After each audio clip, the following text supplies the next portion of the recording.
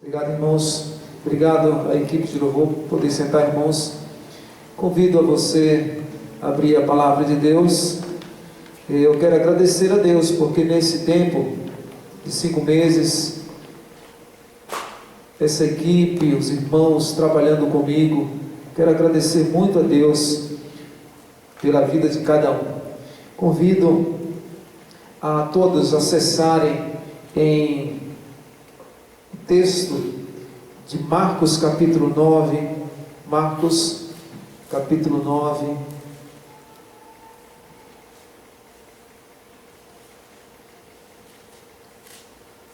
Jesus, ele está próximo da sua ida para Jerusalém. Você sabe que Jesus, ele teve poucas vezes em Jerusalém. O seu campo, o seu quartel-general de trabalho foi na Galileia. E quando ele foi para Jerusalém, ele já estava em direção à crucificação. E esse capítulo 9 já está nessa direção. E acontece aqui o chamado Monte da Transfiguração. Jesus, ele convida 3 discípulos, Pedro, Tiago e João, para subir ao monte, e ali tem um momento especial, uma transfiguração, aonde ele encontra-se com Elias, ele encontra-se ali com Moisés, e eles começam a conversar com Jesus. E as vestes deles resplandeciam. E aí Pedro diz: Senhor, vamos fazer aqui uma tenda para a gente se organizar e ficar por aqui. E naquele momento, depois somente Jesus fica com ele e desaparece Elias e Moisés. Então é esse texto sagrado que nós vamos ver nessa noite. No capítulo 9, versículo de número 2, diz assim: 6 dias depois, tomou Jesus Pedro, Tiago e João, ele levou-os à parte, a um alto monte, e foi transfigurado diante deles. As suas vestes tornaram-se resplandecentes, sobre modo brancas, como um lavadeiro na terra poderia alvejar. E apareceu Elias com Moisés, e estavam conversando com ele, conversando com Jesus. Então Pedro, tomando a palavra, disse: Mestre, é bom estarmos aqui, que façamos 3 tendas, uma para o Senhor, outra para Moisés e outra para Elias, pois não sabiam o que fazer ou o que dizer, pois estavam maravilhados. A seguir veio uma voz que os envolveu, e é uma voz que dizia: Este é o meu filho amado, em quem me comprazo. Versículo de número 8, eu vou convidar que você leia comigo, por favor. E de relance, olhando ao redor, ninguém mais viram com eles, senão Jesus. Senão Jesus. Como nos preparar para a vida? A vida, ela é complexa, difícil. Isso não é um jargão, isso é uma afirmativa que você conhece muito bem. A vida, cada fase, ela é muito complexa. Cada momento da vida é muito complexo. Quando Jesus nasceu, foi um tempo complexo. Herodes estava com muito ciúme e manda matar as crianças. Você sabe disso, você já ouviu isso. E Jesus tem que fugir para o Egito. Então você já vê que o enfrentamento das lutas, ainda como bebê, a nossa vida é assim, esse enfrentamento de lutas. Em 2015, você lembra, talvez muitos já esqueceram, mas enfrentamos uma luta muito grande, estávamos nos recuperando. Então a vida é assim, desses enfrentamentos constantes. Jesus, quando começa o ministério dele, 40 dias, 40 noites, ele tem um enfrentamento com quem? Com principados, potestades. Ele inicia um enfrentamento muito grande. A vida, ela é assim, ela é um enfrentamento constante de lutas, de batalhas. E lá em Provérbios diz que se no dia da aflição, da luta, tu te mostrares frouxo, a tua força será pouca. E aqui, nesse texto, nos ensina, Jesus nos mostra como enfrentar, porque você pode imaginar, Jesus está ali nas vésperas de ir para Jerusalém, ele ia deixar os discípulos sozinhos, e aí, se tornar ainda mais dura a luta. Você vai observar que nesse contexto, quando Jesus desce do monte, há um enfrentamento, demônio, o menino está endemoniado, o pai está ali aflito, os discípulos não conseguem expulsar o demônio, então é enfrentamento, batalha. O que fazer então nas batalhas, nesse enfrentamento da vida?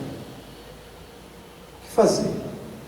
Em primeiro lugar, a gente precisa ser conduzido por Cristo, precisa que Jesus pegue na nossa mão e nos conduza, que nos leve. Lindo aquele hino, né? 308. Se eu tiver Jesus ao lado, e por ele auxiliado, a qualquer lugar irei. Observe que diz assim, 6 dias depois, tomou Jesus, pegou os 3, vamos lá, os 3, Pedro, Tiago e João, e levou-os para um alto monte. O que nós vemos aqui? Particularidade. O que nós vemos aqui? Presença de Cristo. O que nós vemos aqui? Lugar alto. Então Deus, Ele coloca na vida, na nossa vida, particularidade, lugar alto. A gente precisa desse tempo. Esses 3 elementos são importantes. Jesus pega pela mão, leva-os com Ele. Na vida nós precisamos ser conduzidos por Jesus. Ela tem que ser enfrentada pela visão de Deus, dirigido por Deus, guiado por Deus. Eu sugiro a você, chegar em casa, você que está em casa, pegue uma caneta, pode ser depois, e decore, escreva Colossenses 1:9. Uma das orações de Paulo, ele diz assim, portanto, desde o dia que soubemos disto, nós também não cessamos de orar por vós, de pedir que sejais cheios do pleno conhecimento da sua vontade, em toda sabedoria, inteligência espiritual. Por que é que nós precisamos que Jesus pegue na nossa mão? Para a gente ser inteligente, ter inteligência espiritual. Por que é que nós precisamos que Jesus pegue na nossa mão? Para a gente ter sabedoria, transbordar do conhecimento de Deus. Eu fico com vergonha de gente que diz que é crente, mas não tem conhecimento das Escrituras, da sabedoria, fala tanta bobagem. Querido, põe um propósito, escreve esse versículo, diz: Deus, dá-me inteligência. Que tipo de inteligência? Existem catalogada cerca de 8 inteligências. Deixa eu tomar uma água, minha voz está indo embora.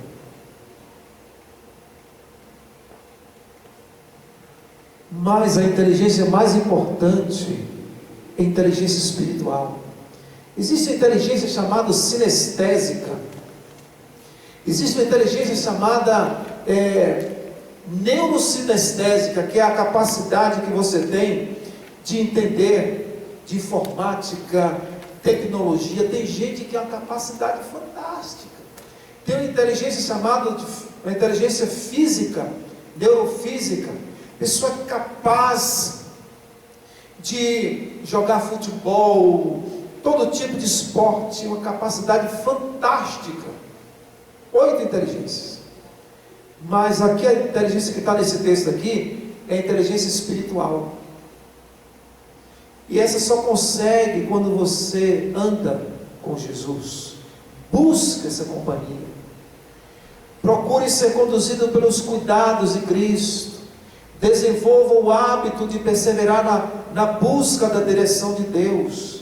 Cultive o propósito de esperar em Deus, de estar nos lugares que Deus está abençoando, nos lugares que Deus está agindo. Irmãos, Moisés era esperto, mas não era esperto porque ele era um grande estadista.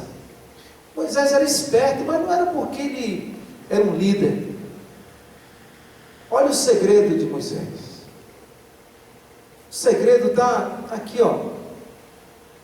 Quando ele chega em Êxodo 33, o povo fez um bezerro de ouro. Ele percebe que o povo não tinha entendido nada. Aí Deus fala assim para Moisés: Moisés, você vai conduzir o povo só. Eu vou mandar um anjo. Você sabe essa história. Olha, Moisés disse assim, ó: Senhor, não, Senhor, se tu não fores comigo, conosco, não vou subir. Querido, põe na sua mente, no seu coração assim, ó: Senhor, essa vida é difícil, hein? Mas não vou enfrentá-la sozinho não. Tá bom, Reginaldo? Essa vida é difícil, hein, Senhor? Eu sei que o Senhor manda um anjo, eu sei que o Senhor põe para pessoas maravilhosas, né, Tiago? Mas, Senhor, não vou enfrentá-la se o Senhor não pegar na minha mão, não. Êxodo 33, 15. Memorize.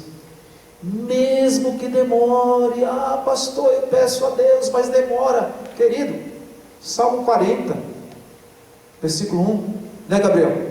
Esperei com paciência no Senhor. Tenha paciência. Quanto maior o grau de responsabilidade, dedique a proporcionalidade desse objetivo. Vou repetir. Quanto maior o grau de responsabilidade, dedique a proporcionalidade desse objetivo. Como? Como assim? Quanto maior a situação, mais complexa ainda, invista mais tempo nesse objetivo de Jesus segurar nas suas mãos. Eu estou apavorado, eu estou assim, embasbacado.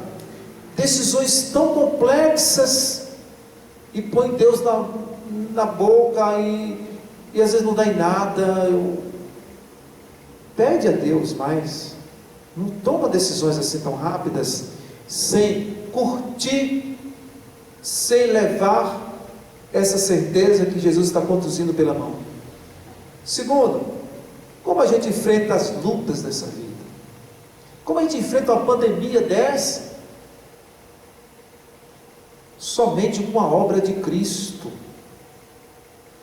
Aqui diz que quando eles subiram, no versículo de número 3, diz assim: as suas vestes tornaram-se resplandecentes, sobremodo brancas, e não era um branco terreno, você vê o detalhe, não era um branco natural, era algo sobrenatural, inusitado, espetacular, maravilhoso. Não enfrenta as coisas da vida apenas no campo das coisas apenas naturais. Dependa da obra de Cristo.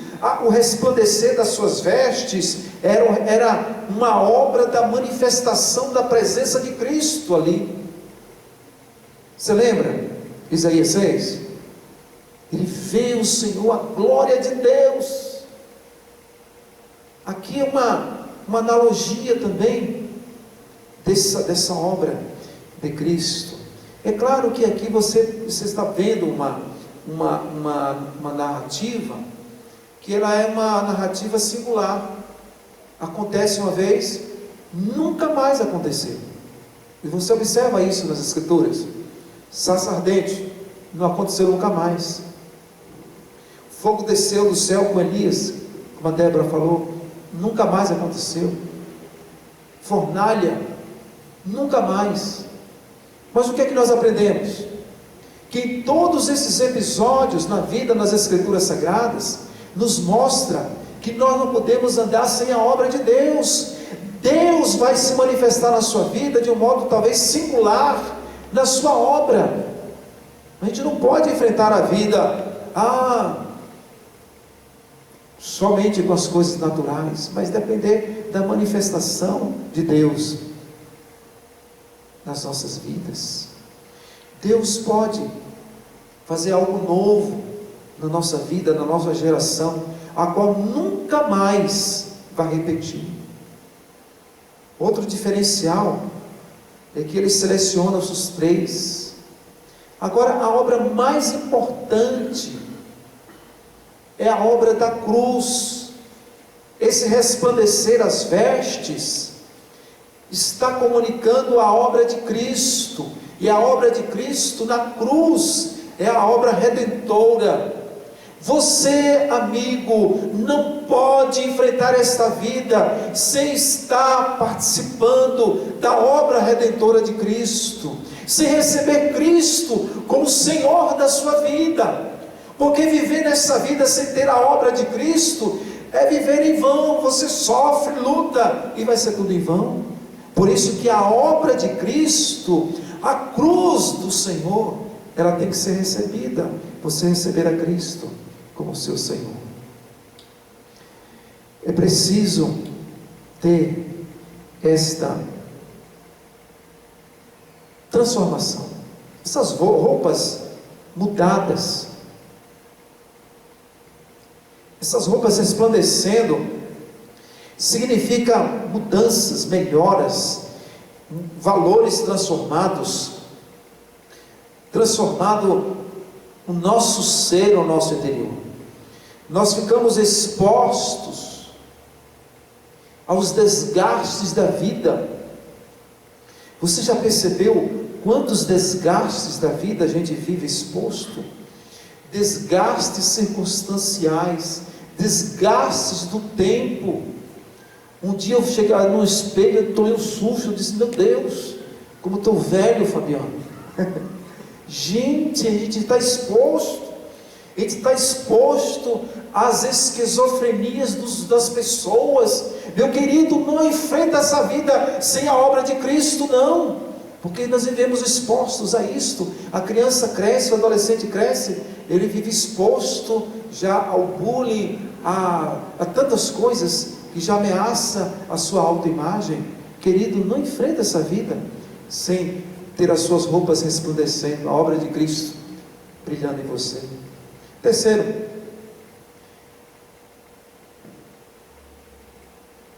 uma das perguntas que a gente ouve e vai ouvir sempre é: quando a gente morre, o que acontece? O texto aqui é claro. Quando a pessoa morre, quando você é crente, você tem Jesus, você se converteu, você tem o Espírito Santo, você foi realmente transformado. Quando você morre, vai para o céu. Agora, quando a pessoa não tem Jesus, Jesus é claro, ele diz que a pessoa abre os olhos no inferno. Está claro. Por quê? Aqui diz que Jesus apareceu Elias com Moisés, e estavam falando com Jesus. Elias e Moisés falando com Jesus. Deus não é Deus de morto, Deus é Deus de vivo. Olha, quando você, vou ser bem claro, quando você aceita Cristo, você morre. Vamos colocar meu exemplo, né? Porque, vamos lá, eu morro. Aí os irmãos reúnem e vamos fazer o velório. Não pode fazer velório agora. Já enterra. Deus abençoe, pastor, glória a Deus. Eu não estarei lá no túmulo. Se você também é um servo de Deus, você não estará lá na sepultura. Você já estará com Deus na eterna glória. Porque aqui diz Elias e Moisés. Deus não é Deus de morto. Se você ouvir algum evangelho dizer que a pessoa está na sepultura, isso não é evangelho, é qualquer outra coisa, menos evangelho, porque Deus é Deus de vivo. Veja que aqui aparece Elias e Moisés vivo. Deus é Deus dos vivos. As pessoas, a pessoa quando crê em Jesus, ele passa a ter uma vida eterna, e essa vida, quando ele morre aqui, ele passa a continuar vivendo na eternidade. Aquele que está em Cristo, ele encara a morte física como uma passagem para a vida eterna. Por isso que Deus é Deus dos vivos e se relaciona de um modo vivo. Quando a Débora disse, querido, mas você está aqui pulando, por quê? Porque quando você vive com Deus, a sua vida é viva. A espiritualidade é uma espiritualidade viva, de um Deus vivo, e você nunca morre. Eu ouvi dizer que tinha crente com medo da morte no Covid. Rapaz, não existe pessoa que seja você que está aqui hoje, ou então, não tem crente com medo da morte, porque Deus não é Deus de morto, Deus é Deus dos vivos. John Bunyan, ele traduziu de um modo lindo, ele disse, a morte para nós é uma passagem da prisão para o paraíso. Coisa linda, é isso, porque é Deus de vivo. Então, como enfrentamos a vida? Com a vida de Cristo na nossa vida. Como enfrentamos a vida? Cristo conduzindo a nossa vida. Como enfrentamos a vida? Com a obra de Cristo na nossa vida. E em último lugar, como nós enfrentamos a vida? Olha que lindo, a voz de Deus, a voz de Deus, ali naquele momento, desce, no versículo 7, a seguir veio a nuvem que envolveu, e dela uma voz dizia, este é o meu filho amado, a ele ouvi. A gente precisa ouvir a voz de Deus, a voz de Deus legitimando Cristo, honrando Cristo, conferindo autoridade, obediência, dando clareza, chamado messiânico de Cristo. E essa voz veio também a dissipar qualquer dúvida. Esta voz, ela veio no batismo de Cristo. Como é que nós identificamos a voz de Deus? Primeiro, você identifica a voz de Deus aqui, pelas Escrituras Sagradas. Como você identifica a voz de Deus? Romanos 8, aquele que é de Deus, tem o Espírito de Deus. Você identifica a voz de Deus por meio do Espírito Santo de Deus, por meio do Espírito.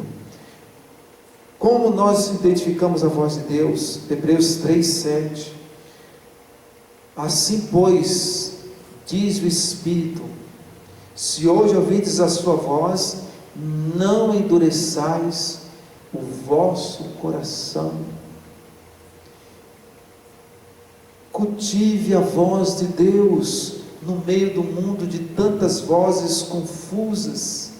Até a voz dentro do coração do nosso é uma voz confusa. É preciso que a gente cultive a voz de Deus na nossa alma. E aí vem a voz do Senhor e diz, este é o meu filho amado. a Ele ouvir.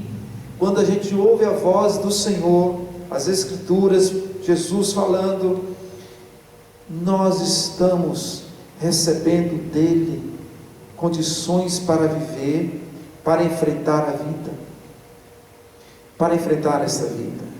É verdade, a vida é difícil, mas sem Cristo é improvável, é impossível. Mesmo com a luta, Ele estará com você. Mesmo com o que vai enfrentar, eles descem, e quando descem, há uma pessoa endemoniada. Mas ali Jesus diz, ali Jesus liberta, Jesus, Ele cura. Aí depois Jesus sobe para Jerusalém. Mas o Senhor estava trabalhando ali, na vida dos discípulos. Finalmente, diz assim: e de relance, olhando ao redor, a ninguém mais viram com eles, senão Jesus Cristo. Há momentos na vida que a gente não vê mais ninguém, as soluções todas se esgotaram, e somente Jesus estará lá com você. Existem momentos na vida que nós estaremos somente com a companhia de Cristo. Elias não estava mais lá, Moisés não estava lá, mas Jesus, somente Jesus estava com ele. A ninguém mais viram com eles, senão o Senhor Jesus. Que Deus assim nos abençoe, que Deus assim sustente a minha e a sua vida. Mesmo que venha a faltar tudo, a presença de Jesus se encontrará lá, estará lá conosco, em nome do Senhor. Você gostou do nosso vídeo? Então se inscreva no nosso canal Igreja Batista da Esperança em Hortolândia e ative o nosso sininho, e dê um like e compartilhe também esse vídeo. Deus abençoe a sua vida.